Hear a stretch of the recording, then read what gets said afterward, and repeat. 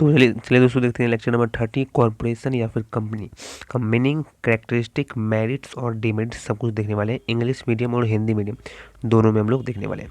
सबसे पहले बात करते हैं मीनिंग ऑफ कॉर्पोरेशन या फिर कंपनी। कॉर्पोरेशन बोलो या फिर कंपनी बोलो, बात बराबर है। तो कंपनी का मीनिंग क्या होता है तो देखते हैं। सबसे पहले according to the section 220 of the company act 2030, company means a company incorporated under this act और एनी प्रीवियस कंपनी लॉ, जो कि इनकॉर्पोरेट हुई है या फिर कब हुई है, कोई भी प्रीवियस कंपनी लॉ में, चाहे वो 2013 हो चाहे वो 1956 हो, और भी उससे पहले भी जो कंपनी एक्ट था अमेंडमेंट आता गया, नया नया कंपनी एक्ट भी बनता रहा। तो उससे पहले भी जो कोई भी कंपनी है, अगर इस एक्ट में कोई भी प्रीवियस कंपनी लॉ में इनकॉर्पोरेटेड हुई है तो वो कंपनी ही कहलाएगी।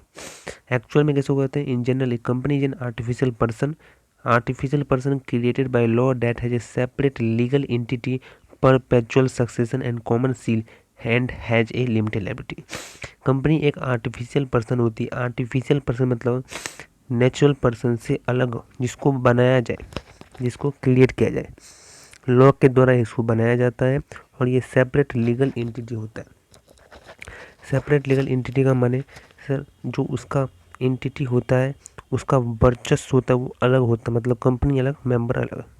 परपेचुअल सक्सेशन होता है मतलब कंटिन्यूस चलता रहेगा, चाहे उसके शेयर होल्डर, चाहे मेंबर, चाहे बोर्ड ऑफ डायरेक्टर मर ही क्यों न जाए, फिर भी जो कंपनी है वो चलता ही रहेगा, है ना। जो कंपनी है वो क्या करें, चलता ही, कंटिन्यूस चलता रहेगा, ठीक है।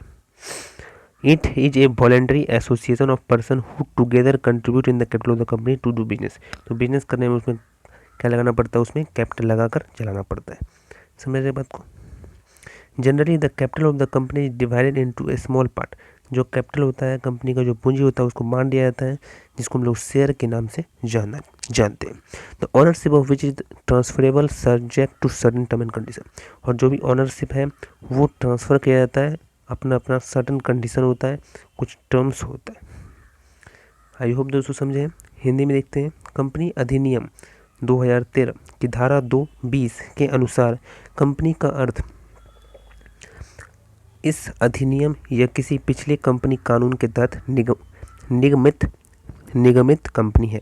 सामान्य तौर पर एक कंपनी कानून द्वारा बनाई गई एक कृत्रिम व्यक्ति होती है, जिसकी एक अलग कानूनी इकाई, शाश्वत उत्तराधिकारी और सामान्य मोहर होती है, और इसका दायित्व सीमित होता है। वह व्यक्तियों का एक स्वैच्छिक संघ है जो मिलकर व्यवसाय करने के लिए कंपनी की पूंजी में योगदान देता है। आमतौर पर किसी कंपनी की पूंजी के रूप में जाने जाने वाले छोटे हिस्से को विभाजित किया जाता है, जिसका स्वामित्व कुछ नियमों और शर्तों के दिन हस्तांतरित होता है। Thank you. मीनिंग देखा हम लोग कंपनी का। अब देखते हैं सर कैरेक्टरिस्टिक ऑफ कंपनी। सबसे पहले देखते हैं कंपनी का कैरेक्टरिस्टिक क्या होता है। पहला है इनकॉर्पोरेशन एसोसिएशन। इनकॉर्पोरेशन एसोसिएशन मतलब होता है कि कंपनी जो है वो एग्जिस्टेंस में तभी आती है through the operation of law. Law के ऑपरेशन से आती है, मतलब लॉ की रूल से आती है, लॉ से बनती है, जिस कारण से इनकॉर्पोरेशन होती है। वो कंपनी एक्ट बहुत ही ज़रूरी है। तो जो भी कोई भी कंपनी है वो सर किस में इनकॉर्पोरेट होगी, कंपनी एक्ट में ही इनकॉर्पोरेट होगी। बिना इसके रजिस्ट्रेशन अगर नहीं करोगे तो no company can come into existence. तो कंपनी कभी अस्तित्व में ही नहीं आएगा। दूसरा है सेपरेट लीगल एंटिटी। कंपनी एक अपना सेपरेट लीगल एंटिटी है जो कि उसको कोई अफेक्ट नहीं कर सकता। ओनरशिप के बदलने से कंपनी पर कोई असर नहीं पड़ता है, जिस कारण से इसको सेपरेट एंटिटी कहते हैं। कंपनी कॉन्टैक्ट कर सकती है, केस कर सकती है, कंपनी के नाम पर केस किया जा सकता है। साथ साथ कंपनी पर कॉर्पोरेट नेम और कैपेसिटी होता है, उसका खुद का कंपनी का एसेट होता है, कंपनी का खुद का लोन होता है, कंपनी का खुद का बैंक अकाउंट होता है। समझ रहे। उसके बाद है आर्टिफिशियल पर्सन। कंपनी एक आर्टिफिशियल पर्सन है और जुडिशरी पर्सन है, कंपनी को बनाया गया है लॉ के द्वारा। उसके बाद है लिमिटेड लायबिलिटी। कंपनी का जो लायबिलिटी होता है वो लिमिटेड होता है, मतलब कंपनी में जो भी शेयर होल्डर है उसकी जो लायबिलिटी होगी वो लिमिटेड होगी, सारा का सारा बोझ कंपनी पर ही होगा। His liability is limited to the extent of unpaid value of the share held by them. Company में जो भी शेयर होल्डर उसका लायबिलिटी लिमिटेड होगा। कहाँ तक लिमिटेड होगा, तो उसके अनपेड वैल्यू पर। मान के चलिए आपने 1000 शेयर खरीदा 10 रुपये के हिसाब से, ठीक है, मतलब टोटल आपको 10,000 रुपये देना था, लेकिन आपने दिया केवल और केवल 5,000 रुपया, तो आप लायबल होंगे केवल व केवल 5,000 के लिए, ठीक है, कितना भी हो जाए 5,000 से 5,000 से नीचे, मतलब 5,000 से ऊपर आपको नहीं देना, ठीक है, लिमिटेड है। अगला है परपेचुअल एग्जिस्टेंस। परपेचुअल एग्जिस्टेंस मतलब क्या होता है, कंपनी परपेचुअल है, कंटिन्यूस चलती रहेगी चलती रहेगी चलती रहेगी, कभी ज़िंदगी में ख़त्म नहीं होगी। मतलब क्या है कि शेयर होल्डर या फिर मेंबर के डेथ होने से कंपनी पर कोई इफेक्ट नहीं पड़ता है। कंपनी केवल और केवल कभी तभी ख़त्म होगी, तभी वाइंड अप होगी, लॉ के द्वारा ही वाइंड अप होगी। The existence of a company is not affected by the death, retirement and insolvency of member. तो मेंबर के इंसॉल्वेंसी होने पर, मेंबर के रिटायरमेंट होने पर, मेंबर के डेथ होने पर कंपनी नहीं, कुछ भी अफेक्ट नहीं होगा। That is the life of company remain unaffected. जो कंपनी का जो जीवन होगा, लाइफ होगा, वो अनअफेक्ट होगा। किसके लाइफ से? मेंबर के लाइफ से। मेंबर के लाइफ से मतलब नहीं है। समझ रहे बात को? The life of a company is infinite until. जो कंपनी का लाइफ इनफिनाइट है तब तक, जब तक कि कंपनी एक्ट वाउंड अप नहीं हो जाती, मतलब लॉ के द्वारा समाप्त नहीं हो जाती।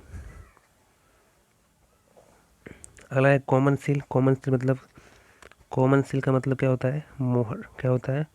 मोहर। कंपनी का एक सील होता है, ठीक है, जिसको हम लोग मोहर कहते हैं ना, तो कंपनी का कॉमन सील होता है, ठीक है, इस तरीके का आप देखते होंगे,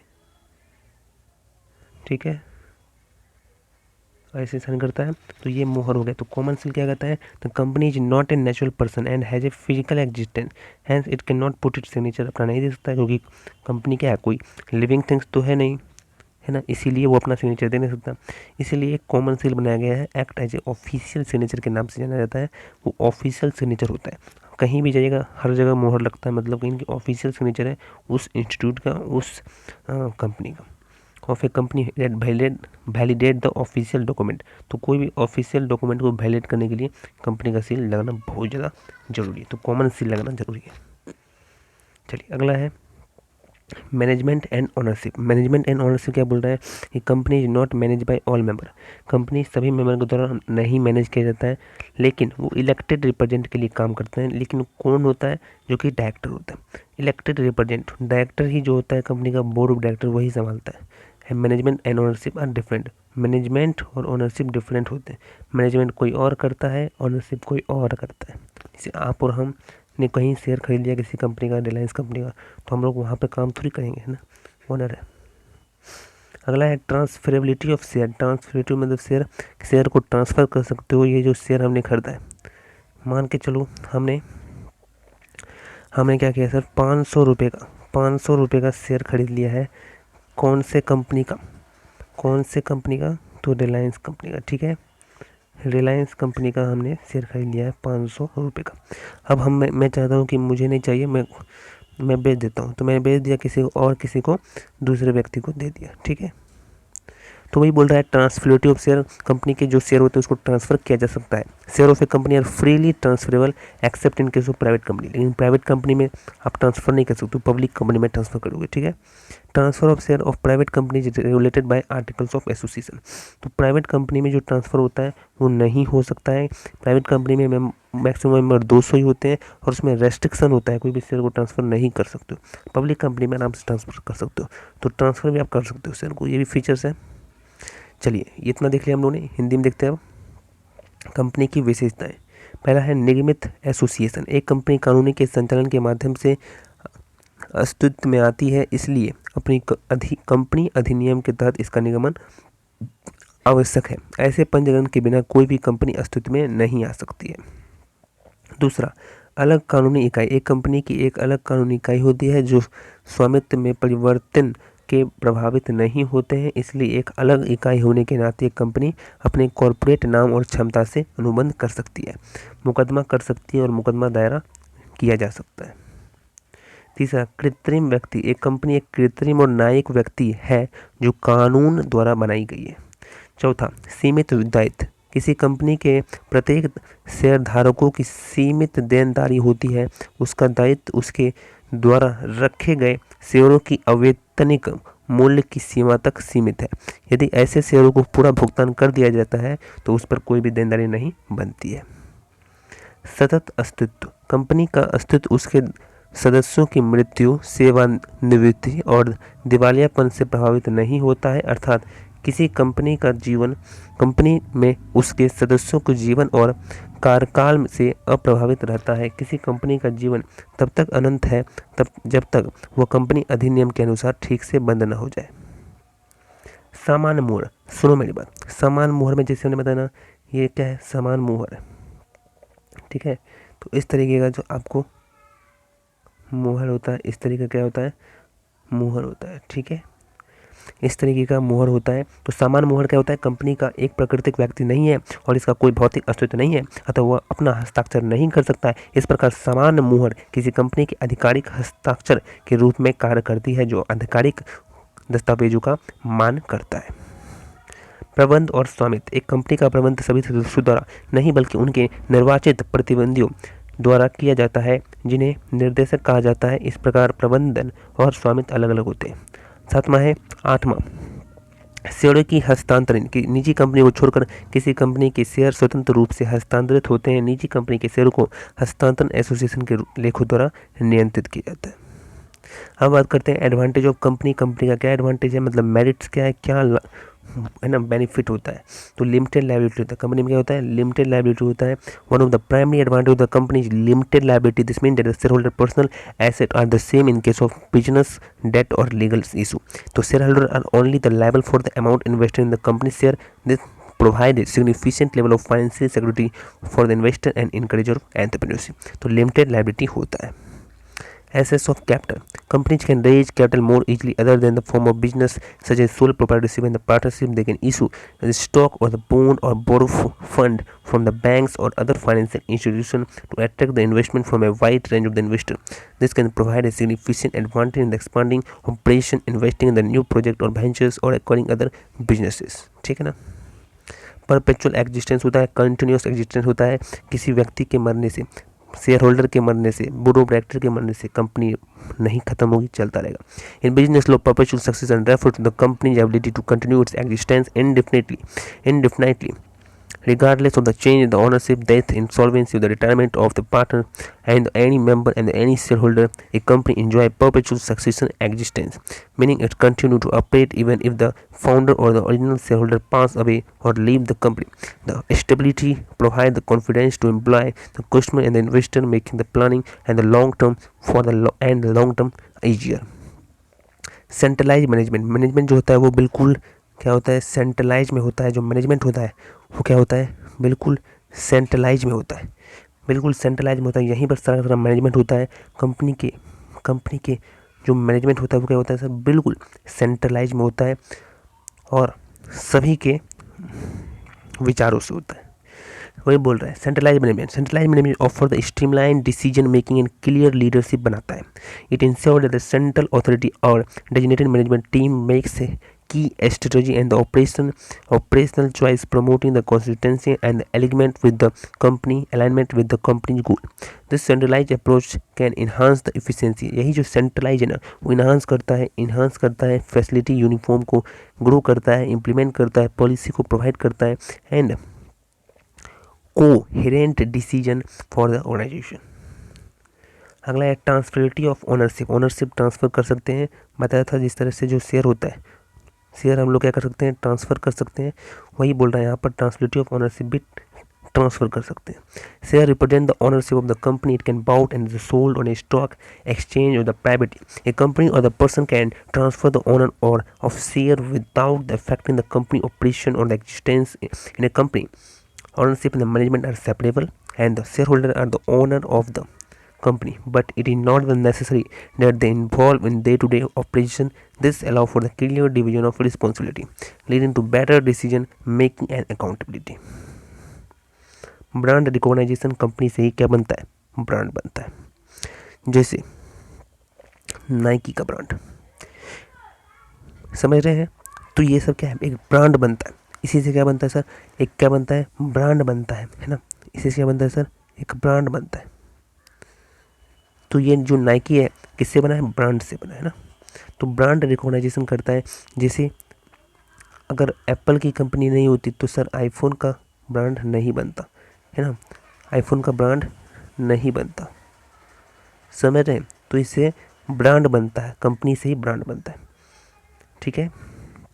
The brand recognition is a significant advantage for the company as it increases the consumer trust and loyalty. When the consumer easily recognize and associated a company brand, a logo with its product or service, it fosters a sense of family and credibility. This can result in higher sales, market share, and the competitive advantage as the consumers choose a brand they know and trust when purchasing.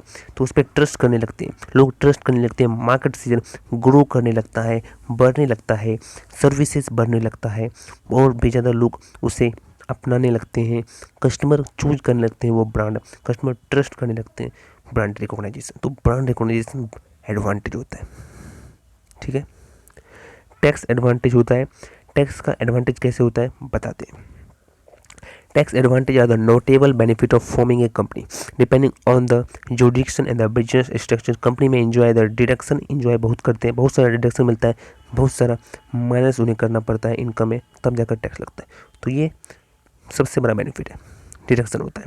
And credit and incentive that lower their overall tax liability. Additional share holder of certain type of companies can benefit from the tax advantage such as dividend imputation and the capital gain concession which can enhance their after tax return और investment. तो उन्हें बहुत सारा उन्हें deduction लगता है, साथ ही साथ उन्हें टैक्स एडवांटेज होता है, जैसे डिविडेंड हो गया, इम्पुटेशन हो गया, कैपिटल गेन हो गया, उसमें उन्हें बहुत सारा डिडक्शन मिलता है, और वो टैक्स आफ्टर टैक्स रिटर्न और इन्वेस्टमेंट आराम से वो इन्हांस करते हैं। This tax benefit can increase the company and its share holder profitable the financial efficiency. तो ये जो टैक्स का जो बेनिफिट होता है, यही आगे जाकर शेयर होल्डर को बेनिफिट करेगा, ज़्यादा पैसा मिलेगा, साथ साथ फाइनेंशियल इफिशियंसी भी बढ़ा देता है। हिंदी में देखते हैं कंपनी के फायदे। यह एक लोकप्रिय व्यवसाय संरचना है जो अपने मालिकों व शेयर होल्डरों को कई लाभ प्रदान करती है। यहाँ किसी कंपनी के कुछ प्रमुख लाभ दिए गए हैं। तो सबसे पहला है सीमित दायित्व। सीमित दायित्व होता है किसी कंपनी के प्राथमिक लाभों में से एक सीमित देता है। इसका मतलब यह है कि व्यावसायिक ऋण या कानूनी मुद्दों को मामले में शेयर होल्डरों की व्यक्तिगत संपत्ति सुरक्षित है। शेयरधारकों केवल कंपनी के शेयरों में निवेश की गई राशि के लिए उत्तरदायी है या निवेशकों के लिए महत्वपूर्ण स्तर की वित्तीय सुरक्षा प्रदान करता है और उद्यमिता को प्रोत्साहित करता है। पूंजी तक पहुंचना। कंपनियां अन्य प्रकार के व्यवसाय जैसे एकल स्वामित्व और साझेदारी की पूंजी में अधिक आसानी से पूंजी जुटा सकते हैं। वे निवेशकों की एक विस्तृत श्रृंखला से निवेश आकर्षित करने के लिए स्टॉक या बॉन्ड जारी कर सकते हैं, या बैंकों या अन्य वित्तीय संस्थाओं से धन उधार ले सकते हैं। शाश्वत अस्तित्व। व्यापार कानून में सतत अधिकारी में तात्पर्य किसी कंपनी के अनिश्चित काल तक अपना अस्तित्व जारी रखना। शाश्वत अस्तित्व मतलब परपेचुअल सक्सेशन होता है, लगातार चलते रहना, कंपनी कभी बंद नहीं होगी। ठीक है। अगला है केंद्रीकृत प्रबंधन। केंद्रीकृत मतलब सेंट्रलाइज में क्या करना, सबसे सेंटर में क्या बनाना, प्रबंधन करना, मैनेजमेंट करना। ठीक है। केंद्रीकृत प्रबंधन सुव्यवस्थित निर्णय लेने और स्पष्ट नेतृत्व प्रदान करता है। यह सुनिश्चित करता है कि एक केंद्रीय प्राधिकरण या एक नामित प्रबंधन टीम कंपनी के लक्ष्यों के साथ स्थिरता और संरेखन को बढ़ावा देते हुए प्रमुख रणनीति और परिचालन विकल्प बनाती है। अगला है स्वामित्व की हस्तांतरणीयता। शेयर किसी कंपनी के स्वामित्व का प्रतिनिधित्व करते हैं। इसे स्टॉक एक्सचेंज निजी तौर पर खरीदा और बेचा जा सकता है। स्वामित्व की हस्तांतरित हो जाती है, मतलब शेयर को ट्रांसफ़र कर सकते हैं। ये जो शेयर इसको हम लोग क्या कर सकते हैं, ट्रांसफ़र कर सकते हैं। ब्रांड की पहचान भी होती है कि ब्रांड पहचान होती है, कंपनी कस्टमर और उसमें रिकॉग्नाइज करते हैं, कस्टमर भरोसा करते हैं। इसके परिणाम स्वरूप अधिक बिक्री भी होती है, बाजार हिस्सेदारी बढ़ती है, प्रतिस्पर्धा लाभ हो जाता है। कंपनी एक महत्वपूर्ण लाभ है क्योंकि इसका जो उपभोक्ता है का विकास जो है, उपभोक्ता का जो विश्वास है और वफादारी और भी क्या हो जाती है, बढ़ जाती है। जब उपभोक्ता किसी कंपनी के ब्रांड या लोगों को उसके उत्पाद या सेवाओं के साथ आसानी से पहचानते हैं और जोड़ते हैं, तो यह परिचितता और विश्वसनीयता की भावना भी बढ़ जाती है। अगला है कर लाभ। कर लाभ मतलब जो टैक्स है उसमें बेनिफिट मिलता है। कर लाभ कंपनी बनाने का एक उल्लेखनीय लाभ है। अधिकार क्षेत्र और व्यावसायिक संरचना के आधार पर कंपनी कटौती, क्रेडिट और प्रोत्साहन का आनंद ले सकती है, जो उनकी समग्र का देयता को कम करती है। इसके अतिरिक्त कुछ प्रकार की कंपनियों के शेयरधारकों को लाभांश प्रतिपूर्ति या पूंजीगत लाभ रियायतें जैसे कर लाभों से लाभान्वित हो सकते हैं, जो निवेश पर उनके कर पश्चात रिटर्न को बढ़ा सकते हैं।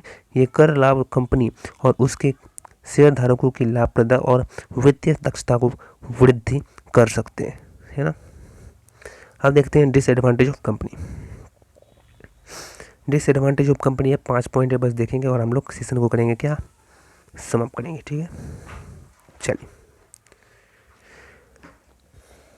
डिसएडवांटेज ऑफ कंपनी सबसे पहला है compliance of and regulation. Disadvantage का मतलब होता है नुकसान क्या क्या है, तो कॉम्प्लियंस एंड रेगुलेशन होता है। It is subject to numerous regulation and compliance requirement. ये बहुत ही ज़्यादा जरूरी होता है कि कंपनी रेगुलेशन चले, रिक्वायरमेंट में चले, such as filing annual report. Annual report file करना पड़ता है, साथ साथ होल्डिंग रेगुलर मीटिंग करना पड़ता है और मेंटेन करना पड़ता है फाइनेंशियल रिकॉर्ड को। Failure to comply with this requirement, अगर आप फेल हो जाए तो ये सब नहीं करते हो हर साल, तो फाइन लगेगा, पेनल्टी लगेगा, लीगल एक्शन लगेगा, आपको सजा भी हो सकती है अगर गलत करते हो तो। दूसरा, सेंट्रलाइज डिसीजन मेकिंग। यहाँ पर सेंट्रलाइज डिसीजन होता है, बहुत समय लगता है। Centralise management can provide efficiency and clarity देता है। It can also lead to lack of flexibility होती है, फ्लेक्सिबिलिटी की कमी होती है, रिस्पॉन्सिवनेस होती है। ऑनर होता है या फिर शेयर होल्डर है, होल्डर होता है, उसको ज़रूरत होता है बहुत ज़्यादा इन्वॉल्वमेंट का, कंपनी में इन्वॉल्व होना पड़ता है, समय समय देना होता है अपना।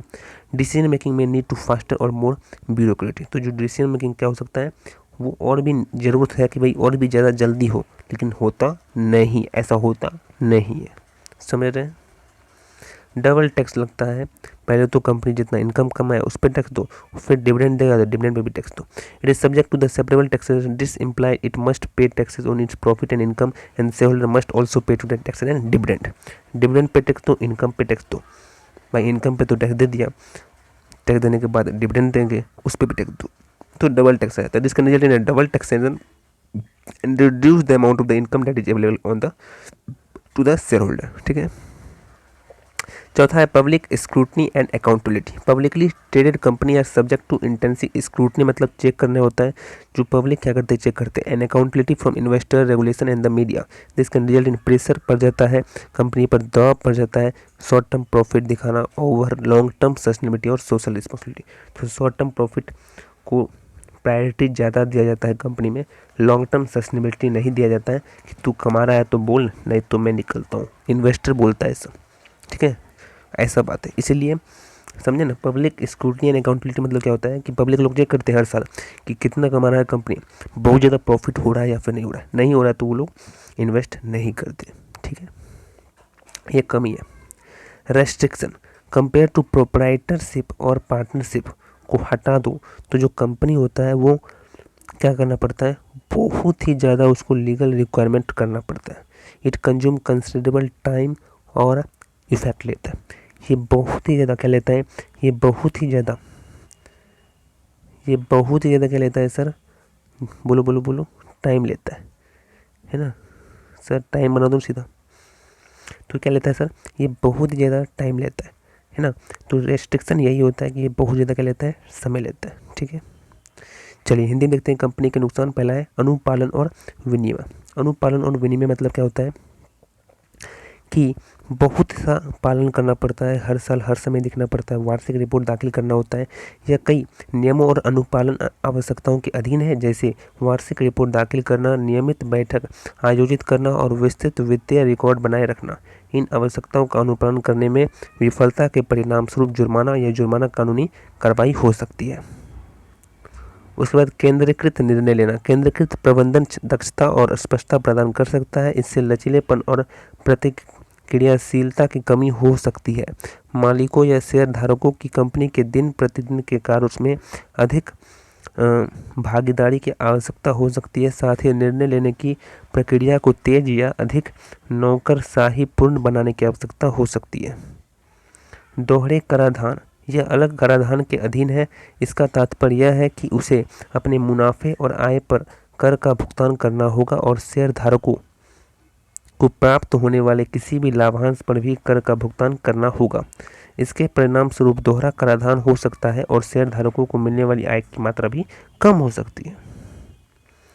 उसके बाद चौथा है सार्वजनिक जांच और जवाबदेही। सार्वजनिक रूप से कारोबार करने वाली कंपनियां निवेशकों, नियामकों और मीडिया की गहन जांच और जवाबदेही के अधीन है। इसके परिणामस्वरूप दीर्घकालीन स्थिरता या सामाजिक जिम्मेदारी पर अल्पकालीन लाभ को प्राथमिक देने का दबाव हो जाता है। ठीक है।